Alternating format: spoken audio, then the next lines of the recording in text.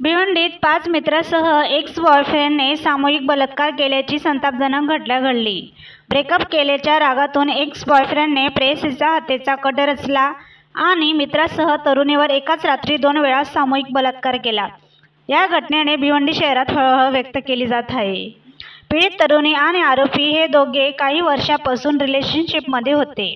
दोघेही एका गावात राहत होते, परंतु 4 महिन्यांपूर्वी दोघांचे ब्रेकअप झालं। त्यानंतर तरुणी दुसऱ्या तरुणासोबत रिलेशनशिपमध्ये गेली। हे कळल्यानंतर एक्स बॉयफ्रेंडला याचा खूप राग आला आणि त्याने त्याच्या एक्स गर्लफ्रेंडला धडा शिकवण्यासाठी आरोपीने तिच्यावर अत्याचाराचा कट रचला। त्यासाठी त्याने मित्राच्या मदतीने तरुणीच्या भावाचे अपहरण केले। त्यानंतर भावाला मारहाण करत त्याच्या बहिणीला रात्री उशिरा खोटे कारण सांगून बोलून घेतले। त्यानंतर तरुणी ओळखीच्या रिक्षावाल्याला घेऊन बागे फैरदस येथे आली।